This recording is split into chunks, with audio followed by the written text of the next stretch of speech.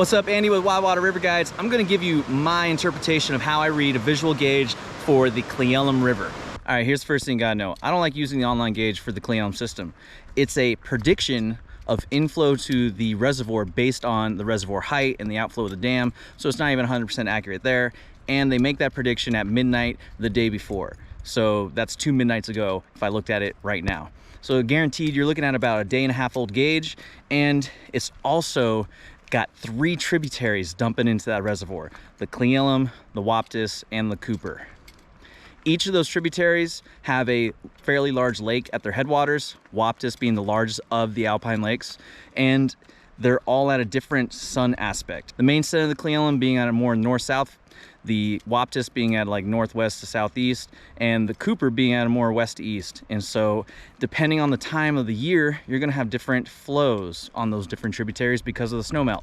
Typically, if you're seeing 1600 on the gauge coming into the lake in the springtime, most of that's coming out of the China Gorge section. If you see that same thing in June, you're gonna be seeing most of that coming out of the Cooper. So you could get at least a guess off of that online gauge, but I always like getting an actual visual. And when it comes to looking for China Gorge specifically, best place to come is right up here at the Davis Peak Trailhead. So I park up here and I walk on down to the footbridge, and I look specifically at the piling on the far river right side at the footbridge. So again, I like to walk out here onto this footbridge. I can get a visual of what's going on downstream on the Waptis, and I can also see what's going on right here for the Cle Elum itself. This helps me isolate exactly what's going on this upper stretch where the gauge is kind of, you know, a best guess. I only live 20 minutes down the road, so you're welcome. All right, so here's that bridge pillar I'm talking about, and my basic way of telling what the level is, you can see that there's kind of a ramp down here that's all rock, a slight piece of vertical that's rock, and then this concrete portion that's also vertical. And it happens to turn out, as far as my interpretation, if we're sitting at a level that's down here on the ramped part of the rock, we're looking at a low end for the upper China Gorge. If we're sitting at a level that's about even with the vertical face of the rock portion, we're looking at a good medium. And if we start creeping up into the concrete portion, we're looking at higher end.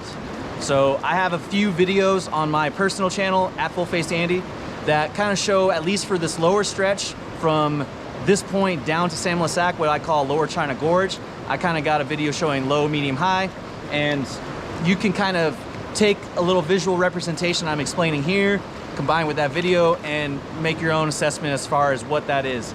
But from my interpretations and my experiences also paddling up above, this is too low for China Gorge. I would want it a few more inches higher. If it's above these rocks, you're looking pretty juiced. People still get in there at that level, but maybe a little too much for my comfort. So that's my interpretation of the level out here visually. I hope this is helpful to you. Again, I try and get out at least every Thursday to get a visual check, and I put that out in my Educated Guest series. But if you're out here on your own, always drop a car at San Sac, drive up knowing that you're gonna boat something. Check out the level right here at Davis Peak. If it's low, put in here. If it's too high, put in here. If it's just right, keep on driving, have fun up in China Gorge. But that's what I got. If you have other information about the levels and you think I'm a little off, or you got some other way that you check the gauges online, or maybe a different visual that you see on this stretch, please drop it down in the comments, let me know. I'm always looking for more information to help y'all, and hopefully this helps with you. Likes always appreciated. Feel free to tune back in for another episode of Educated Guess. I'm also going to do a visual video for the Cooper visual that I do. So stay tuned for that. Until next time, take it easy.